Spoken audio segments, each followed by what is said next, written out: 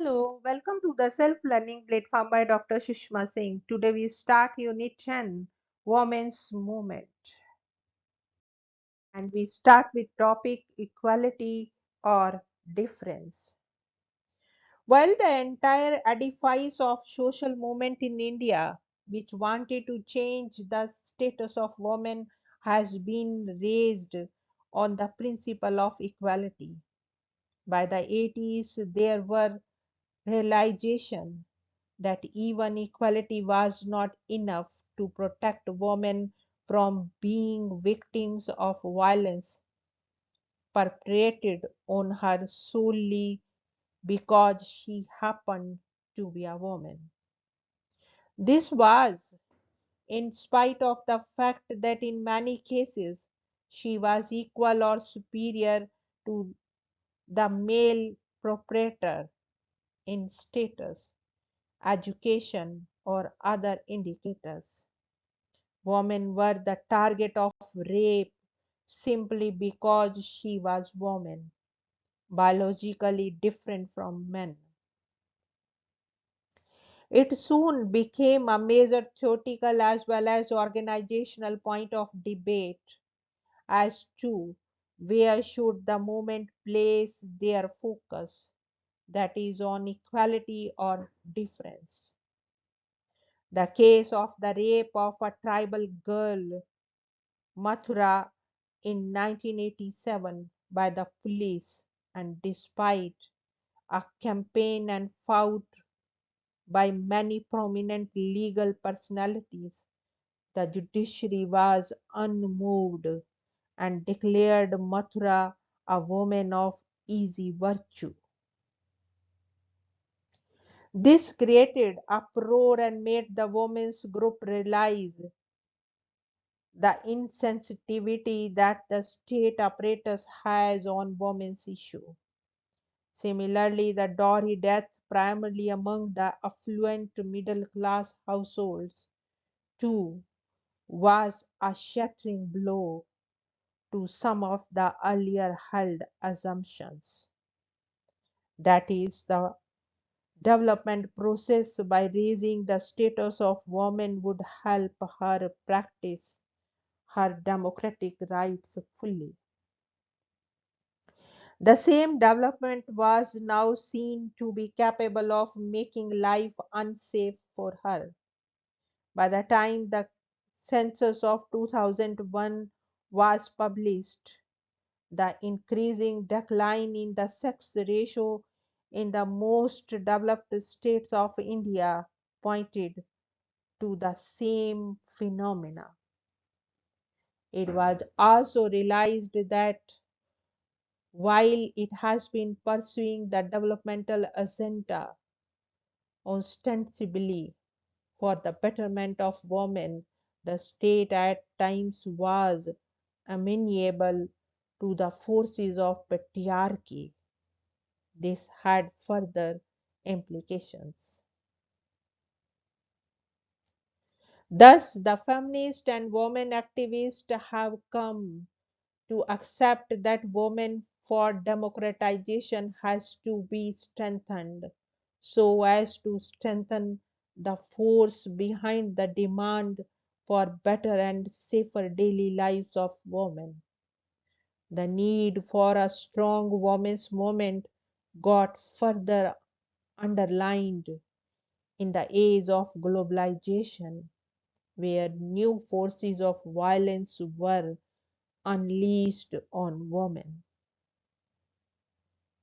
Issues of not only women's right in the democratic system, but also the question of overall equality in a situation when the state is withdrawing is not merely a crucial political issue that the women's movement had to solve. Now let us move to the next point, new social movements. By the 80s, the overall scenario in India and the world created situation where the women's movement could not remain outside the domain of the issues that have led to the worldwide movement regarding ecology, environment, and issues of sustainability in the face of a new globalized economy. Very soon, we have movements in the different parts of the country which have voiced the concerns of the day to day life and survival in the face of the new forces of economy and politics. While the national politics seems to retreat into the caste and community and costly and corrupt electoral practices, a large number of movements from different parts of the country saw the coming of people from the local communities and villages.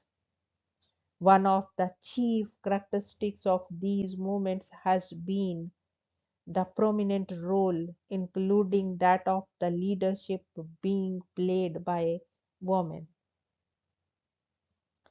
Survival and dignity seems to have become the twin issues which these movements have infused to the already existing issues of equality and justice.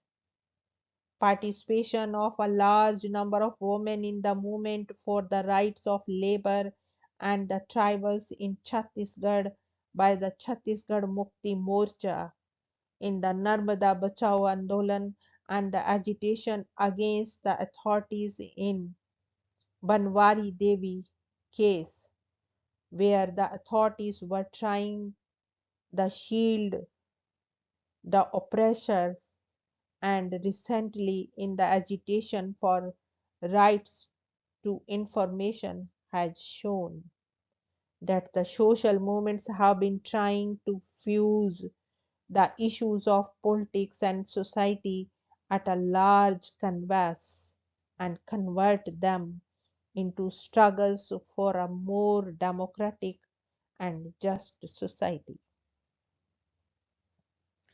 Interestingly enough, a careful perusal of the voices from these movements would show that women in these movements have often questioned the validity of the representative nature of our democracy, while they have tried to forge alliances with similar movements across the country and even the world.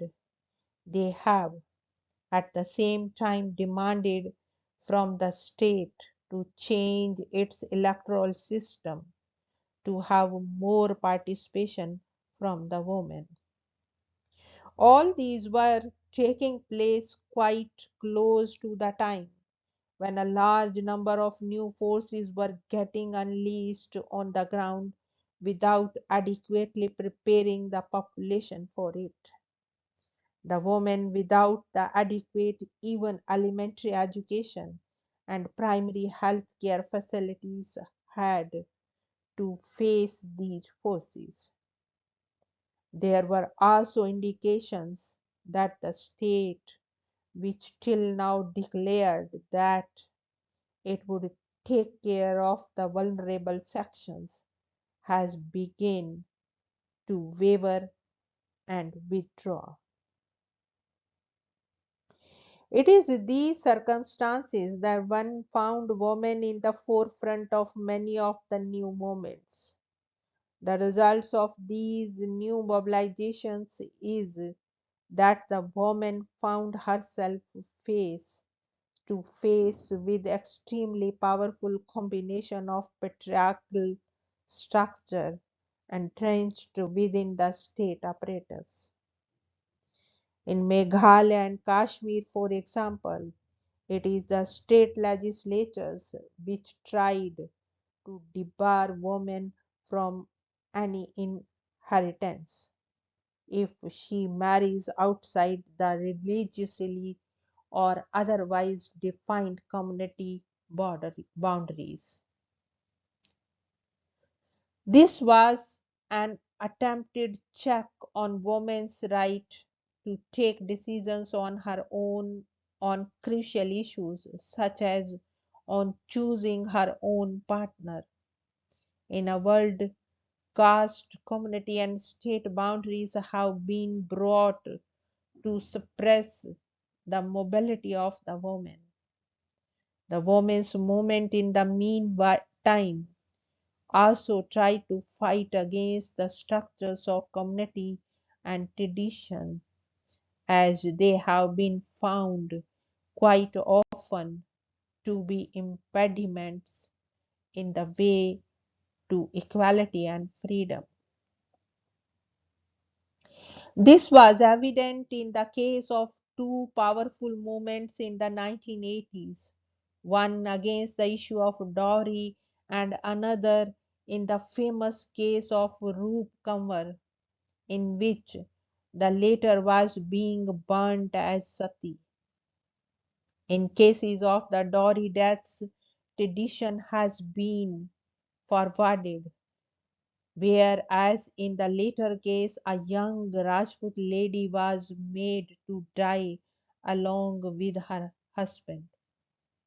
The opposition by feminists and other groups of the sati and its later glorification was countered by the powerful combination of caste and community politics, which defended not only the act of sati but also those who forced Roop Kanwar to the funeral pyre. However, in the process, there were awareness of the new forces, both which supported the women's cause of equality and those opposed came face to face, and was an educating for the women's movement. Now, summary of the unit.